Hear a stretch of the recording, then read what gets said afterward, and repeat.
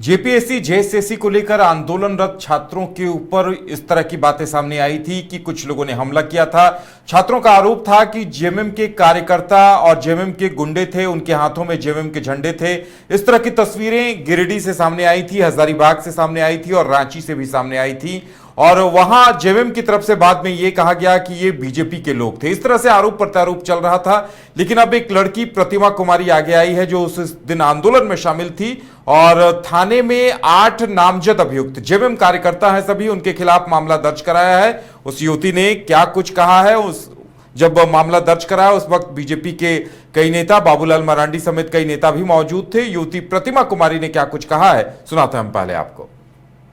करना चाहती हूँ क्योंकि मैं 3 दिनों से डरी हुई थी, जिसकी वजह से मैं एफआईआर करने के लिए नहीं निकली थी। ना ही यहाँ पे मेरे घर वाले हैं, ना ही मेरा परिवार है और मैं काफी डरी हुई थी। मुझे मानसिक रूप से मैं बहुत गंदे तरीके से आहत हुई थी, जिसकी वजह से मुझे रूम में रहना पड़ा था।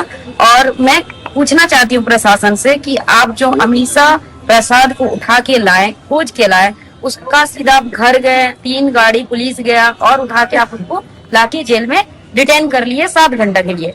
तो मैं जब रो रो के चीख चीख के प्रशासन से ये गुहार लगा रही थी 21 तारीख को कि जो लड़का मुझे छेड़ा है, जो मेरे गर्दन पे हाथ रखा है, जो मेरा दुपट्टा खींचा है, आप उसको चिन्हित करिए और उसको खोजिए। क्या प्रशासन को भारी पड़ गया? क्या सरकार को भारी पड़ गई इस चीज में, या फिर प्रशासन सरकार पे भारी पड़ रही है, या फिर सरकार प्रशासन पे भारी पड़ रही है?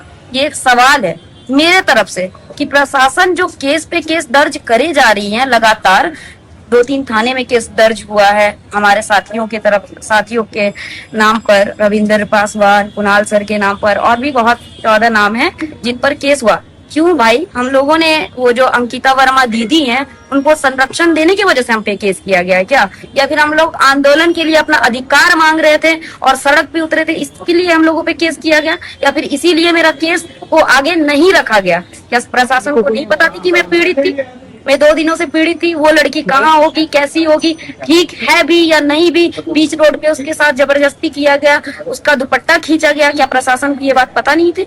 वीडियो के जरिए उन तक पहुंचा नहीं था? क्या सरकार तक मेरी आवाज नहीं पहुंची? सवाल करना चाहती हूँ क्योंकि मैं 3 दिनों से डरी हुई थी, जिसकी वजह से मैं एफआईआर करने के लिए नहीं निकली थी। ना ही यहाँ पे मेरे घर।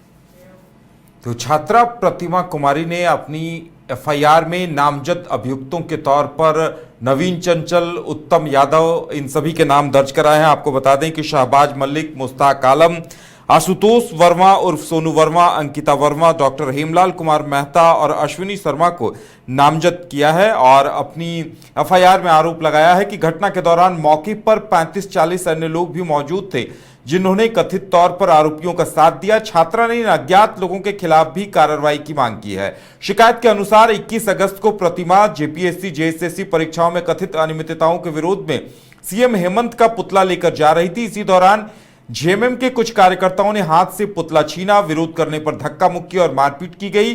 प्रतिमा ने छेड़छाड़ और बदसलूकी का आरोप भी लगाया है।